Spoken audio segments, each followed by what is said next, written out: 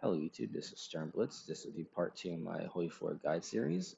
In this video, we'll be going over Army Doctrine and Division templates, along with the basics of stats. So the first things first is the most basic infantry template you want is this. This is a 10 width infantry with support engineers and support artillery. This should be the bread and butter of anything defensive, as it throws essentially the cheapest division that can reasonably hold in large numbers.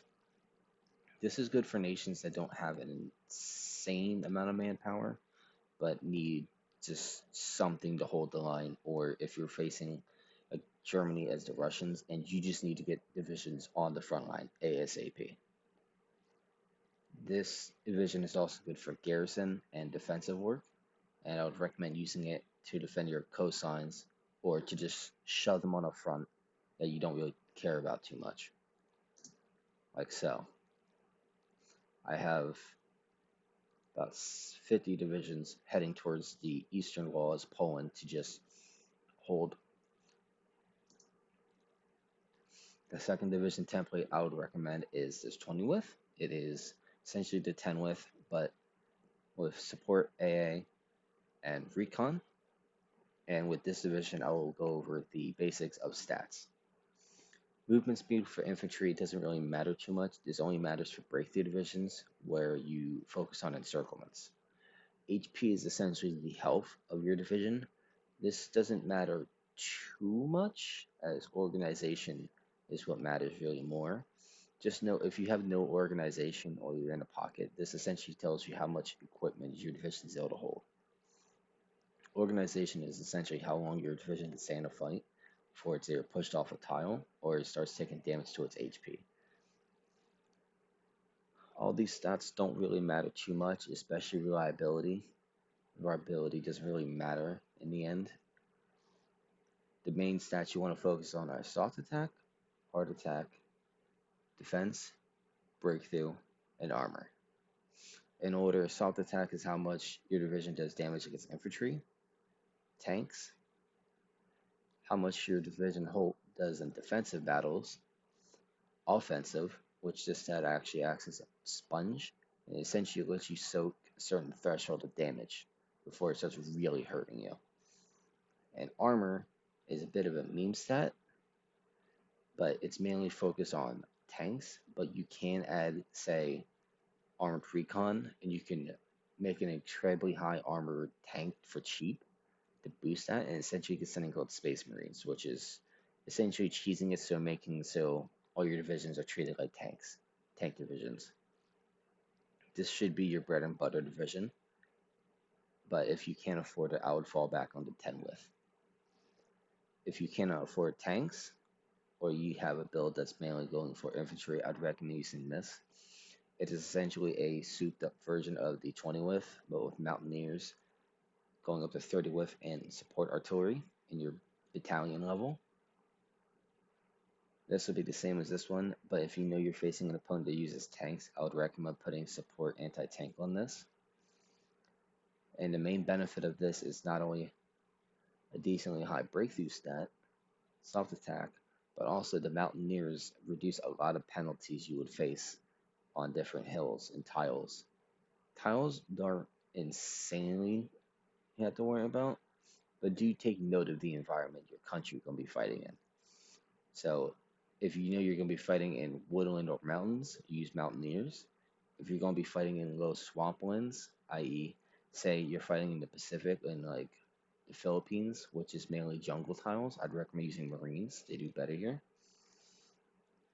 Airborne only matters for airborne infantry, so most multiplayer games ban those. And the last division template before I go into battle doctrines is this armored template. This is your very basic template, and you can change the stats on this however you can, as Poland doesn't start from medium tank research or setup.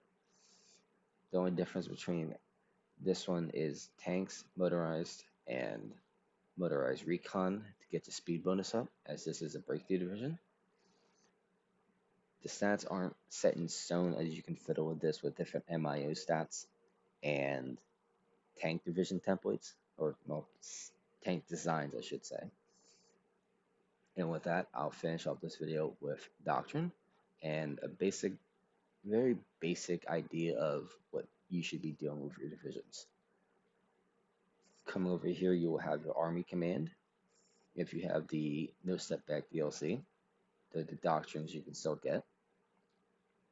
The four basic doctrines are mobile warfare, superior firepower, grand battle plan, and mass assault. To just get the easy one out of the way, mass assault is if you're just too lazy to use anything. This is literally just manpower and cheap infantry, so you can just spam it. You can also get something stupid like where is it? Combat whiff is reduced, so you ought to make like 30 whiffs like 19.4, which is very good if you're playing China and you just build nothing but infantry. This is basically the same but with tanks. The real bread and butter ones are this, and this. This one is essentially just defense. That is the name of the game until later on you're able to get tanks or armored vehicles of some sort. Usually if you go this path, you go all the way down until you hit here just to get really good defensive bonuses. The two main ones you want to research are mobile warfare if you're playing this in Germany and using tanks for blitzkrieging, or if you're on the defensive or you don't have the industry for tanks or such, or you really aren't focusing on armored vehicles, I would recommend this one for a new player.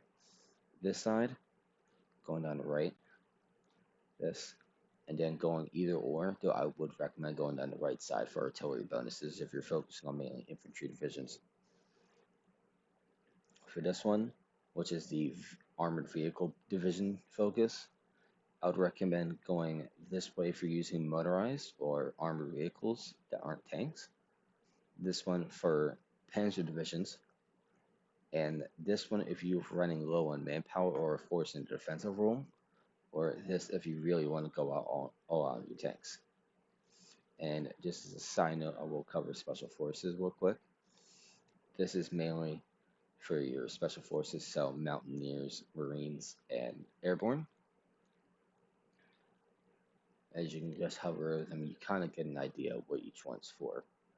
So this lets you pick and choose what you really focus on. Same thing goes for marines. Though I would focus on specializing them depending on what you're going for and what you're going to be fighting. And with airborne, between the two of these, this one is the one you should choose if you're paratrooping in and you know you're going to be fighting infantry off the bat. Though if you are memeing, this would be good. If you're just doing something stupid like taking one division, taking them from like Warsaw to Berlin, dropping them, destroying your industry, and then deleting the division, which is very meme worthy. And I know someone named Bo Cohen who's done that in multiplayer before. Mexican Helldivers. So that's nice. And to round out this video, I will give a basic idea of defense. So I will be speeding up this and just giving you the rough way down.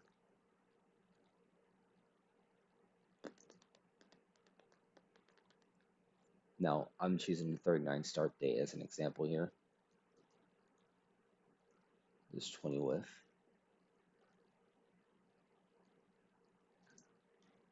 And most of these are going to be 10 whiffs, just for the example. I'm just going to delete this. Doesn't matter. So notice how I have this set up. Your general stats depends on what you're focusing on, though your generals do level up over time. Now, since you're playing as Poland and you're going to be focusing on defense, this defensive doctrine expert is really good if you're focusing on defense, like so. Reinforce rate is really good if you're trying to get more stuff to your front line. I'd recommend that because reinforce rate is really useful if you're trying to get more equipment into your divisions. Now, we just need to wait for Germany to declare war, as they should now.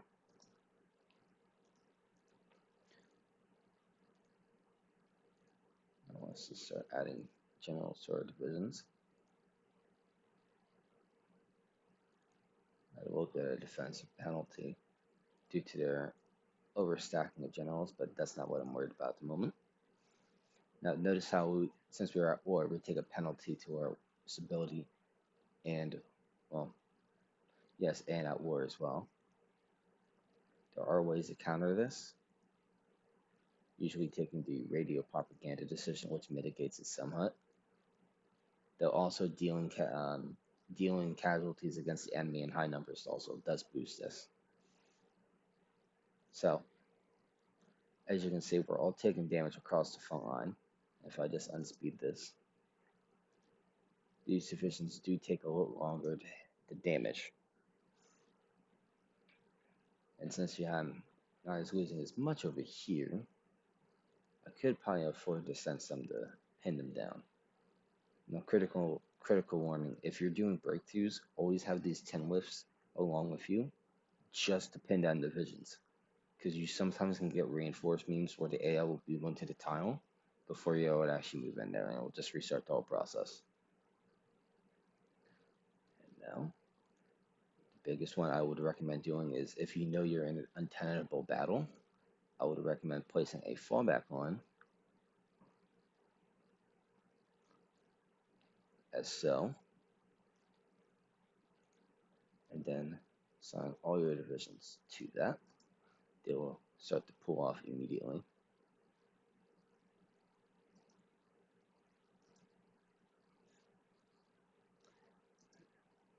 And upon doing this, unfortunately, you do have to micromanage this sometimes, because the AI will just be really stupid with its division movements. If you're in a battle, you can double click the tile behind it, and usually you can just forcibly drag the division out. But see, as you saw, they got encircled, unfortunately. These divisions I'm also going to have to pull out. This just tells you how far they pull divisions from the reinforced front line, but you usually want to have that on max anyways. Now, see, Poland in the 39 start does not have a good chance of surviving, but usually you can get away with surviving at least a week or two. Any HOI4 player worth their salt is usually able to hold off as Poland, though sometimes you just get memed with CAS, which in the next video I'll be going over planes. This has been Sternblitz, and thank you for watching. If you like my content, like, comment, and subscribe. If not, then why the hell are you watching this? And with that, I bid you adieu.